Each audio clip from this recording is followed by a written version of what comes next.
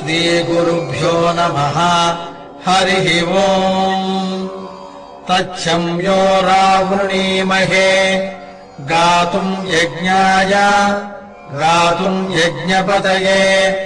दैवी स्वस्तिरस्तु नः स्वस्तिर्मानुषेभ्यः ऊर्ध्वम् जिगातु भेषजम्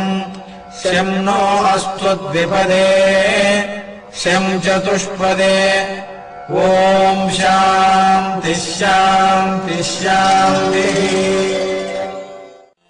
सहस्रशीर्षा पुरुषः सहस्राक्षः सहस्रपात् स भूमिम् विश्वतो भृत्वा अत्यतिष्ठद्दशाङ्गुलम् पुरुष एवेदगुम् सर्वम् यद्भूतम् यच्च भव्यम् उतामृतत्वस्येषा नः यदन्नेनातिरोहति एतावानस्य महिमा अतो ज्यायागिश्च पूरुषः पादोऽस्य विश्वाभूतानि त्रिपादस्यामृतम् दिवि त्रिपादोर्ध्व उदैत्पुरुषः पादोऽस्येहा भवात् पुनः ततो विश्वम् व्यक्रामत् शासनानशने अभि तस्माद्विराडजायत विराजो अधिपूरुषः स जातो अत्यरिच्यत पश्चाद्भूमिमथो पुरः यत्पुरुषेण हविषा देवा यज्ञमतन्वत वसन्तो अस्यासीदाज्यम् ग्रीष्म इद्मः शरद्भविः सप्तास्यासन् परिधयः त्रिः सप्त समिधः कृताः देवा यद्यज्ञम् तन्वानाः अबध्नन् पुरुषम् पशुम् तम् यज्ञम् बर्हिषि प्रोक्षन्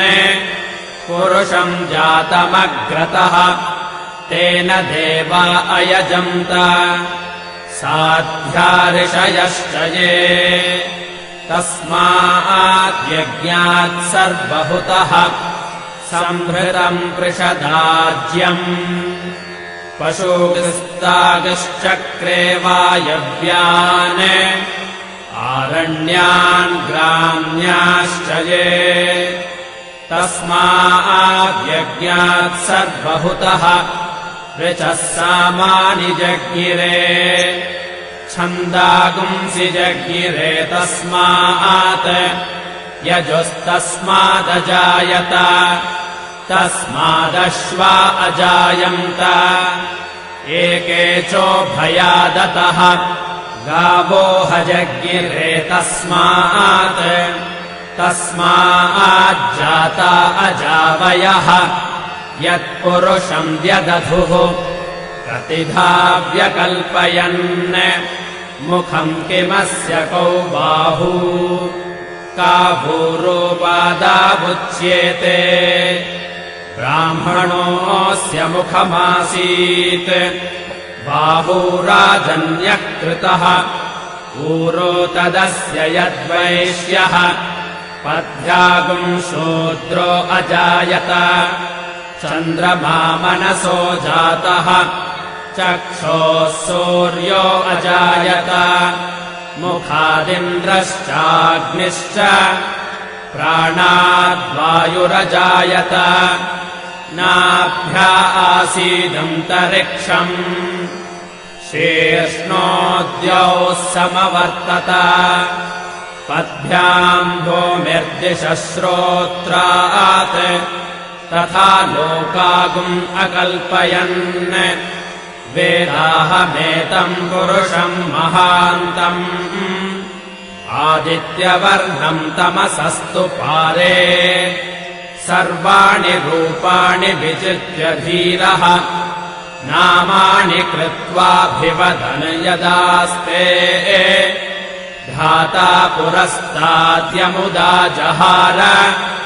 शक्रः प्रविद्वान् प्रदिशश्चतस्रः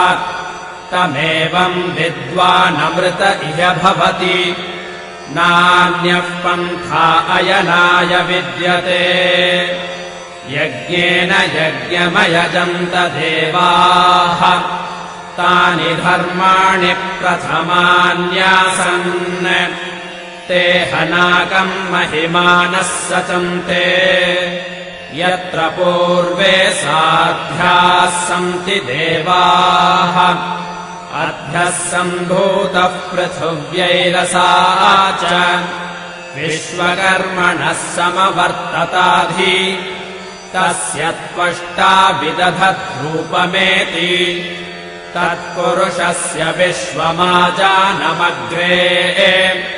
वेदाहमेतम् पुरुषम् महान्तम् आदित्यवर्णम् तमसः परस्तात्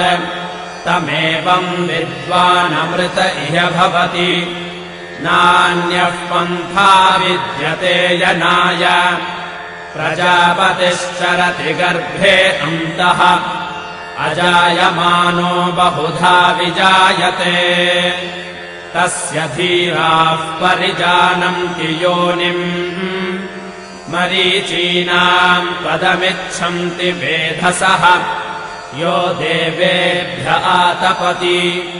यो देवानाम् पुरोहितः पूर्वो यो देवेभ्यो जातः नमो रुचाय ब्राह्मये रुचम् ब्राह्मम् जनयन्तः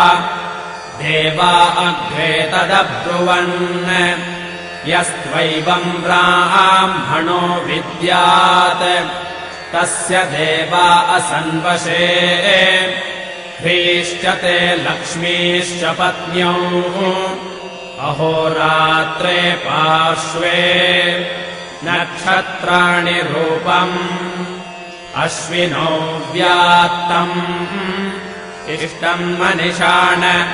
अमुन्मनिषाण सर्वम् मनिषाण